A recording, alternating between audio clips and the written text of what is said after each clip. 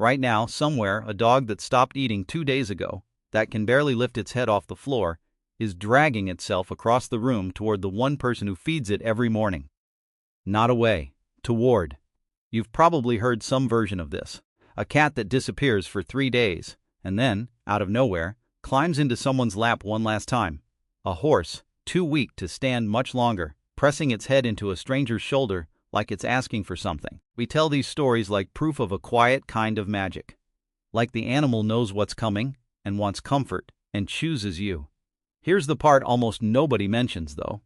Everything we actually know about animal survival says they should be doing the exact opposite right now. So why aren't they? Ask a vet directly and you'll get the same answer over and over. Hiding is the default. Sickness triggers withdrawal, not attachment, in almost every species we've studied. A deer with a broken leg doesn't limp toward the nearest farmhouse.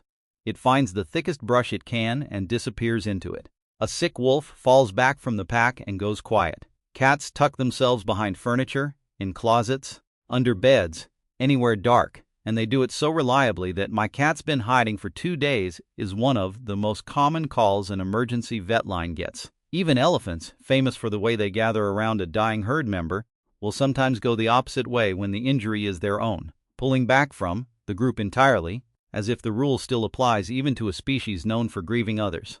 This isn't sentiment. It's math. A weak animal is a marked animal. Predators are specialists at reading weakness. The stumble, the slower breath, the one that's fallen behind the herd.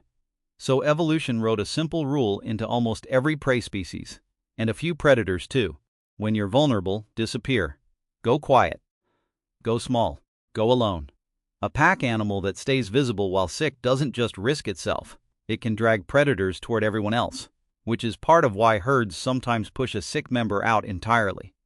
So the baseline biology actually predicts is isolation, not comfort-seeking, not one last visit. Isolation, which is what makes the pattern we started with so strange. Some animals, right at the moment their bodies are shutting down, override millions of years of that programming and do the one thing their instincts are built to prevent. They come closer. They let themselves be seen, touched, completely vulnerable, in front of the one creature they've spent their whole life either trusting completely or, in some cases, barely knowing at all. Scientists have circled 2 real explanations for this, and they pull in almost opposite directions. The first comes from attachment theory, originally built for human infants by John Bowlby and Mary Ainsworth back in the 1960s. Their idea was simple. A caregiver isn't just comforting. They function as a safe haven, a place a distressed creature returns to specifically because distress activates that instinct. In 1998, researchers Joseph Topol, Adam Miklosi, Vilmos Chanyi, and Antal Doka took Ainsworth's famous strange situation test, originally designed for 1-year-old children, and ran it on dogs. And the dogs behaved almost exactly like human infants. Calm exploration when the owner was in the room, distress when the owner left, relief the second the owner came back. Then in 2013, Marta Gacci's team at Eötvös-Loránd University pushed it further. They measured dogs' heart rates while a stranger approached in a mildly threatening way, once with the owner present, once without. The effect had a name by the end of it, the safe haven effect. Heart rate spiked less and recovered faster when the owner was standing right there, not because the owner did anything, just because the owner existed nearby. If a dying animal is running something similar, physiological collapse might register as just another threat, and the nervous system reaches for the same safe haven it reaches for during a thunderstorm or a stranger at the door. The second explanation has nothing to do with comfort at all. It's about smell. A dog's nose carries somewhere between 125 million and 300 million scent receptors. You have about 5 million. That gap is large enough for a dog to register odor at close to 1 part per trillion, 1 teaspoon of sugar, dissolved into 2 Olympic swimming pools, and still detectable. Researchers Cynthia Otto and Clara Wilson at Penn Vet's Working Dog Center have trained dogs to identify the volatile organic compounds thrown off by specific cancers, hemangiosarcoma among them, well before any human test could catch it. Separately, researcher Heather Junqueira found dogs picking lung cancer out of blood samples with close to 97% accuracy. Other trained dogs have been shown to detect diabetes-related drops in blood sugar, oncoming seizures, and COVID infections, all from scent alone, all conditions with no visible symptoms yet. A body in genuine systemic decline, organs failing, chemistry unraveling, does not smell like a healthy one. So maybe some animals aren't seeking comfort at all. Maybe they're just following a scent none of us can perceive, straight toward the place where it's strongest. Both of those explanations are solid. Both are published, peer-reviewed, defensible.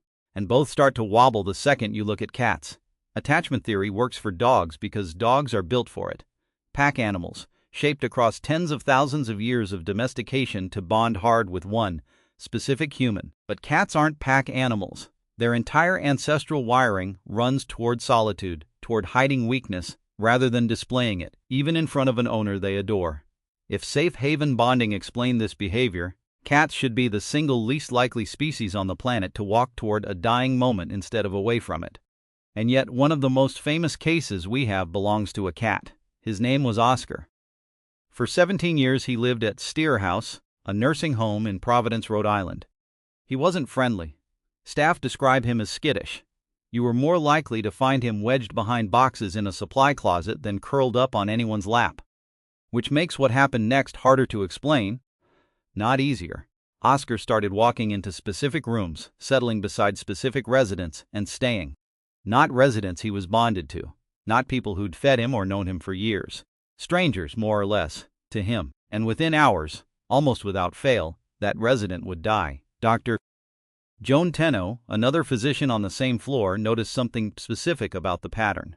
Oscar wasn't drawn to patients at the earliest signs of decline, when a nurse might already suspect something was wrong. He tended to arrive later, right at the edge, as if whatever he was picking up on only intensified in the final hours and stayed silent before that. So it isn't simple comfort-seeking, because Oscar wasn't the one who needed comforting. And it isn't a clean scent trail either, at least not one that maps onto smell equals approach, because cats smell sickness constantly, and their instinct is still to retreat from it, not toward it. Something in Oscar was reading a signal that overrode both the solitary instinct built into his species and the predator avoidance logic that should have kept him in that closet. Whatever it was, it didn't behave like fear. It behaved like a summons. Oscar arrived at Steere House in 2005, adopted as a kitten, one of 6 cats the home kept on the floor to make the unit feel less like an institution, and more like somewhere to actually live. The unit specialized in advanced dementia and end-of-life care. Nobody expected anything remarkable from him. He was, by every account, an unremarkable, faintly nervous animal who generally avoided people. Dr. David Dosa, a geriatrician at Brown University working that floor, noticed the pattern before he let himself believe it. Oscar would make his rounds, room by room, sniffing at doorways, mostly indifferent, and then, every so often, he'd stop at one particular door, walk in, and settle onto a bed beside a patient who, to every visible measure, looked exactly the same as everyone else on the floor. Dosa started tracking it out of sheer skepticism. Then he kept a log. Then, slowly, he stopped being skeptical. By the time Dosa published his account in the New England Journal of Medicine in 2007, and later expanded it into a full book, Making Rounds with Oscar, he had documented more than 20 accurately anticipated deaths. Nurses started treating his presence the way they'd treat a change in vital signs. If Oscar curled up beside someone, staff quietly called the family, not because a cat's opinion carried medical weight, but because, somehow, it kept being right. By the time Oscar died himself in 2022, that number had climbed past 50. What strikes people most, reading Dosa's account, isn't the accuracy. It's what Oscar did once he got there. He didn't observe from the doorway and leave. He stayed. He pressed himself against people who by then often couldn't speak, couldn't recognize their own families, couldn't have called him over even if they'd wanted to.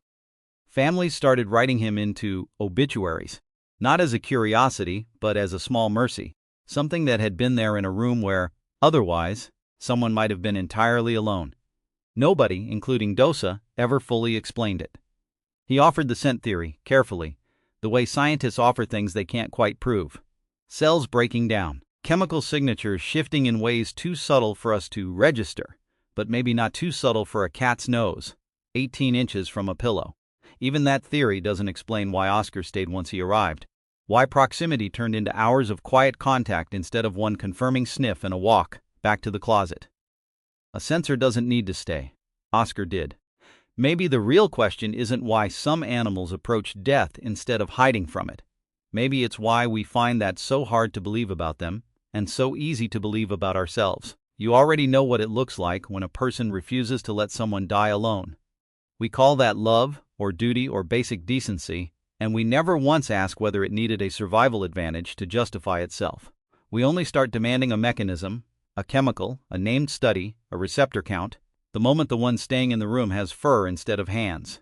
Maybe Oscar wasn't unusual at all. Maybe he was just answering the oldest, plainest signal there is, the one every social creature seems built to recognize on some level. Someone is alone and shouldn't be. We just don't expect that instinct to survive outside our own species. And every time an animal proves it does, we reach for scent receptors and attachment studies before we reach for the simpler explanation sitting right in front of us. Maybe presence doesn't need a reason.